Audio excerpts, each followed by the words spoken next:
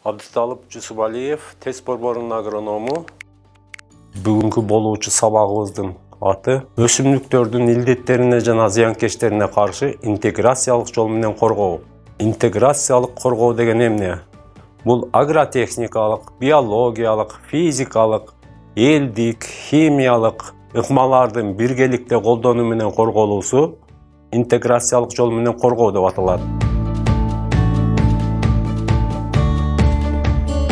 Агротехникалык ыкма которуштуруу айдоону сактоо, топуракта кыштоочу зыянкечтерге каршы топуракты айдоо, отоо чөптөрдү жок кылуу бул агротехникалык ыкмага кирет.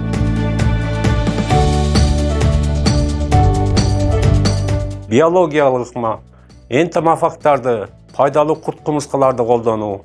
Жаратылышта 200дөн ашуун пайдалуу курт-кумурскалар бар. Ошондой эле биологиялык препараттарды колдонуу, мисалы битоксибацилин, феромондук туткучтарды пайдалануу, энтомофагтарды, пайдалуу курт-кумурскаларды чакыруучу өсүмдүктөрдү өстүрүү. Энтомофагтарга эмне кирет? Энтомофагтардын ичинде трихограмма, алтын көз, эл көчөр, габра бракон. Трихограмма 1 гектарга 120 000–160 000 даана коюлат. 3 жолу койсо болот. Бул көпөлөк жумуртка таштай баштаганда коюлуш керек. Алтын көз пайдалуу курт-кумурскасы универсалдуу энтомофаг ширени, кенени, жумурткаларды жана биринчи-экинчи курактагы курттарды жейт. 1 гектарына 200 даана 3-4 жолу колдонулат. Эл көчөр бул пайдалуу курт-кумурска жаратылышта болот. Личинкасы ширелерди, кенелерди, трипстерди, курттарды жок кылат.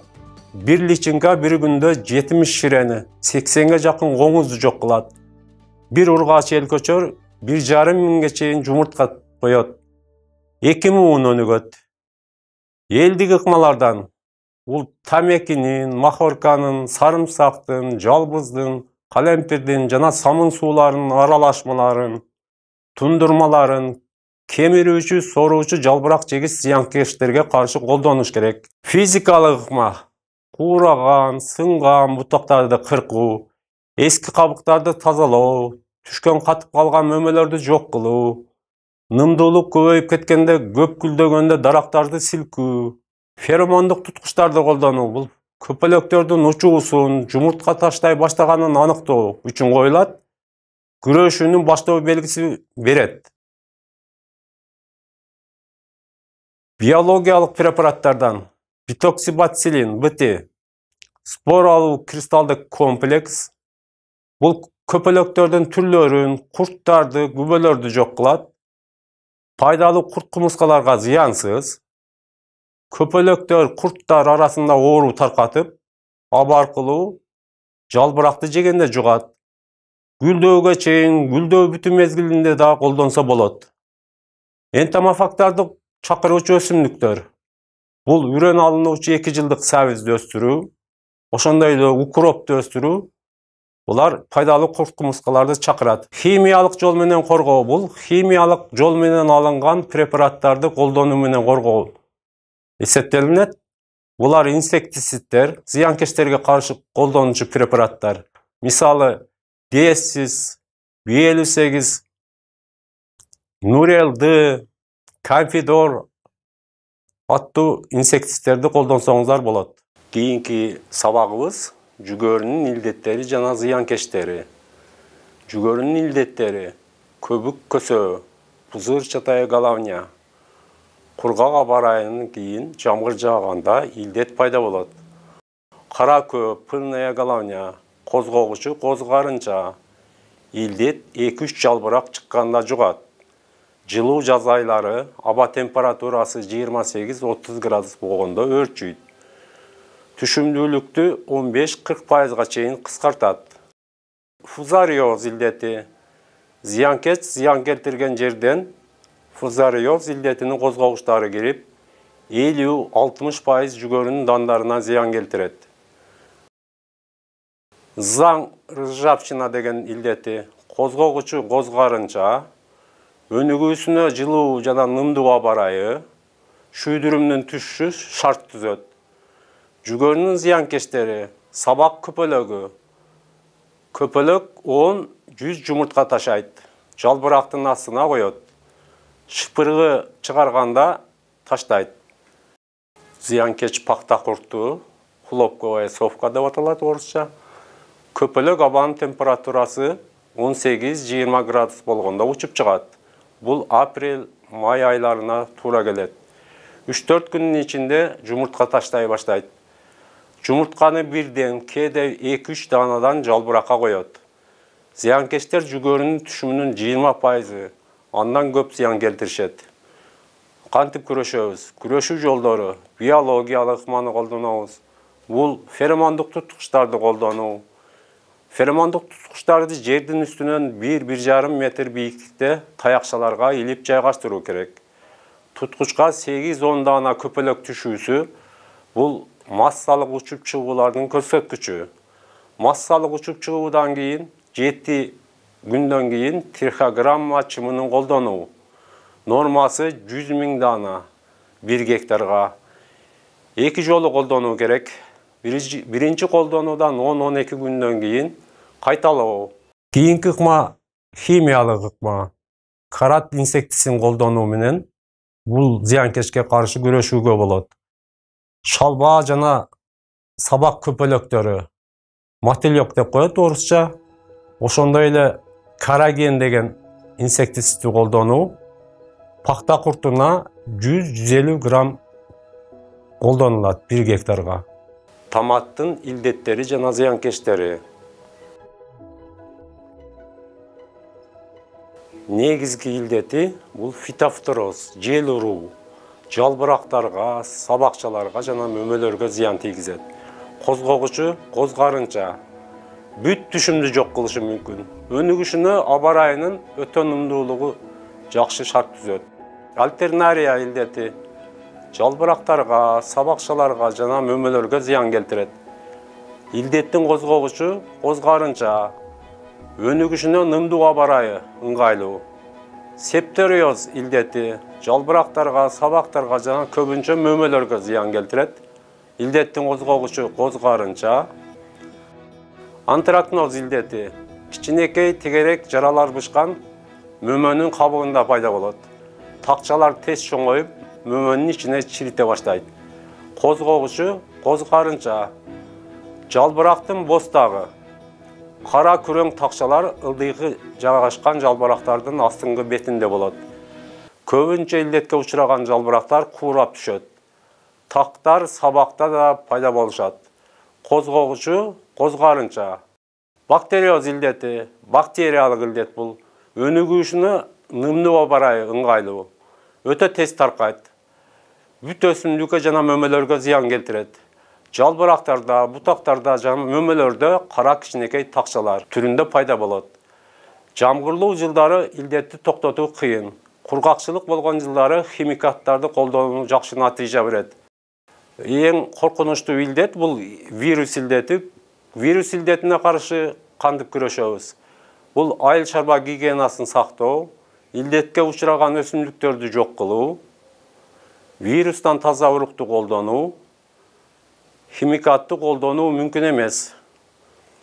Курт кумурскалар жана кантак аркылуу тарайт. Күрөшүүнүн жолдору: фунгицидтерди колдонуу, өсүмдүккө оору жукканга чейин профилактика иштерин жүргүзүү, алдын алыш керек. Фунгицид менен коргоо. Ар 7-10 күндө кайталап чачып туруу керек.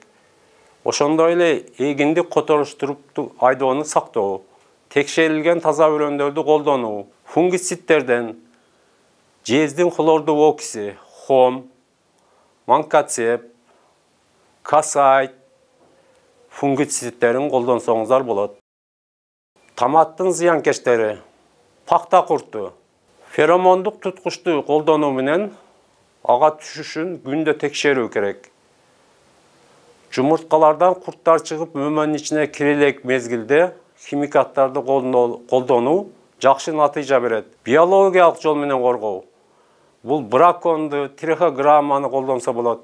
Чирелер, зыянкеч, өсүмдүктүн азыгын соруу менен зыян келтирет. Күрөшүү жолдору инсектицидтерди колдонуу, Маспилан, Талстар, Арива аттуу инсектицидтерди колдонсоңуздар жакшы натыйжа берет.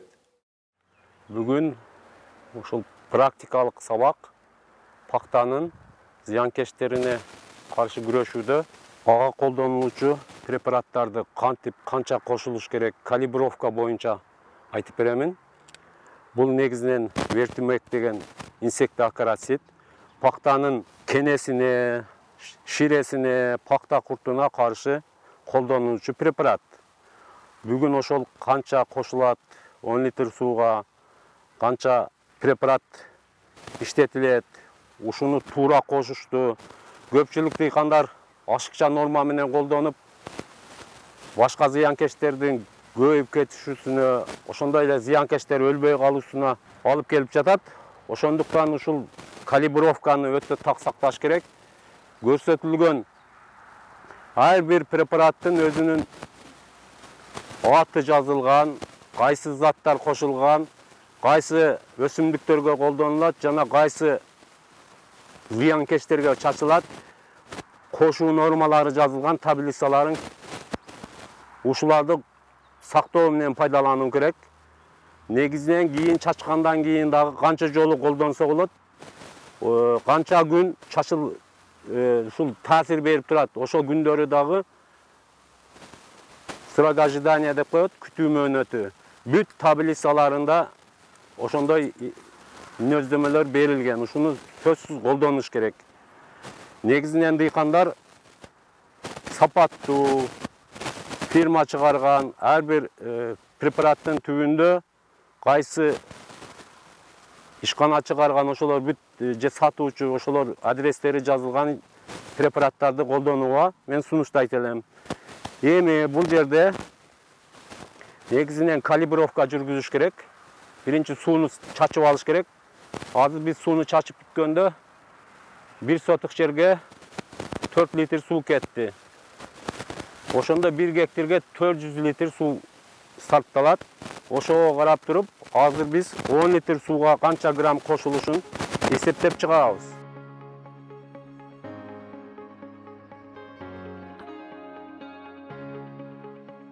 Негизинен биринчи жарымын куюп алыш керек. 10 литр сууга азыр биз эсеп боюнча ар бир граммга 1 граммдан, литр сууга 1 граммдан кошулат.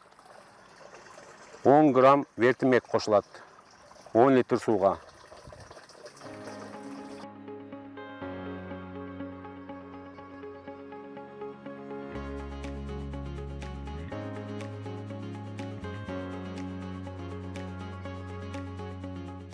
Бүт негизги эрежелерди, перчатка, бетти тоскуч, атайын кийимдерди колдонуп туруп, оозго абаны 10 грамм болдубу? Граммын көрсөтсөм. Болду.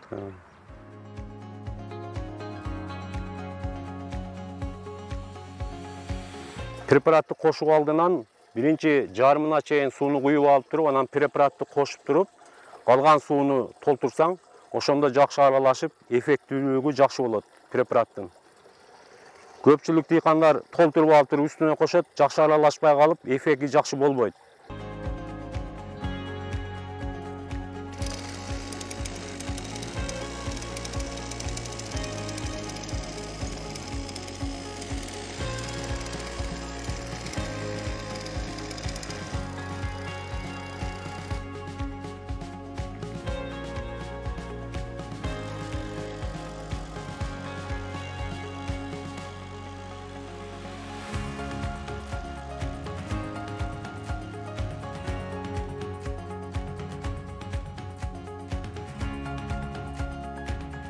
Бул дары чачканда майда тамчылар менен чачса жакшы эффект берилет.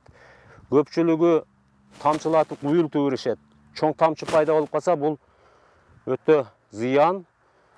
Негизинен майда тамчылар менен бүт ушул өсүмдүктү каптаса, жалбырактарын эффекти жакшы болот. Негизинен эрте менен жана кечки мезгилде дары чачкан жакшы натыйжа берет. түштө ысыкта чачканда тез бууланып кетет дагы, дарылардын эффектүүлүгү төмөндөйт. Эртең менен жана кечки мезгилдерде чачыш керек.